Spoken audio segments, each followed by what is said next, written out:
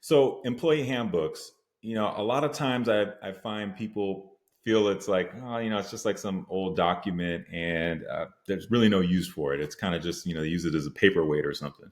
But realistically, it's if you have any type of rules, right?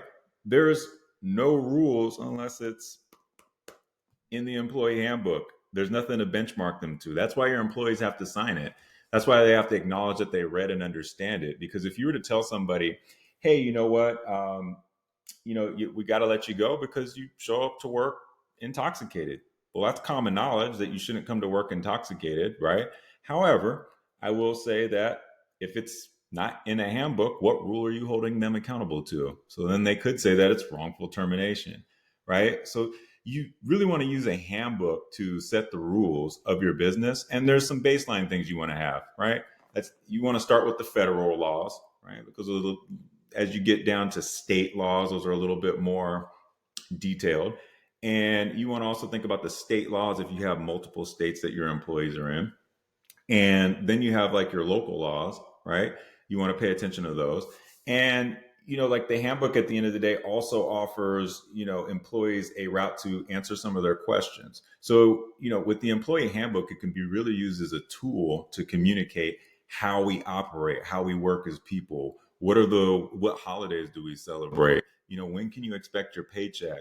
How do we resolve conflicts? If we're having issues, what happens if we get an injury at work and we need to know who to go to? Who are some of the best contacts for what issue I'm having?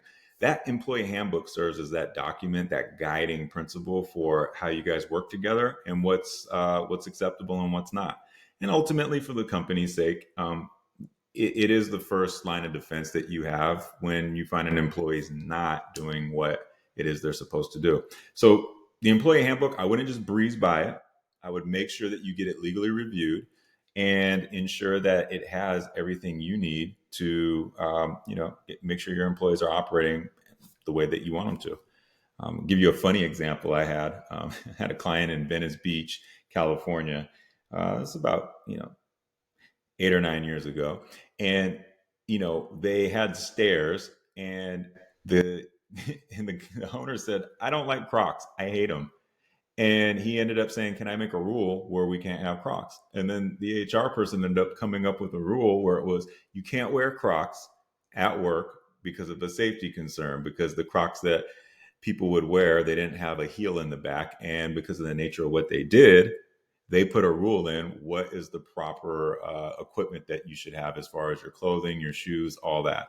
So, I mean, that's like a funny example, but before he couldn't say anything. Now that it's a rule and everybody acknowledged and signed off on it, he was able to do that. So there's like a funny example I had a few years ago. But again, I would say you want to legally review that because that might not be the case anymore. You might not be able to shun Crocs, in Venice Beach.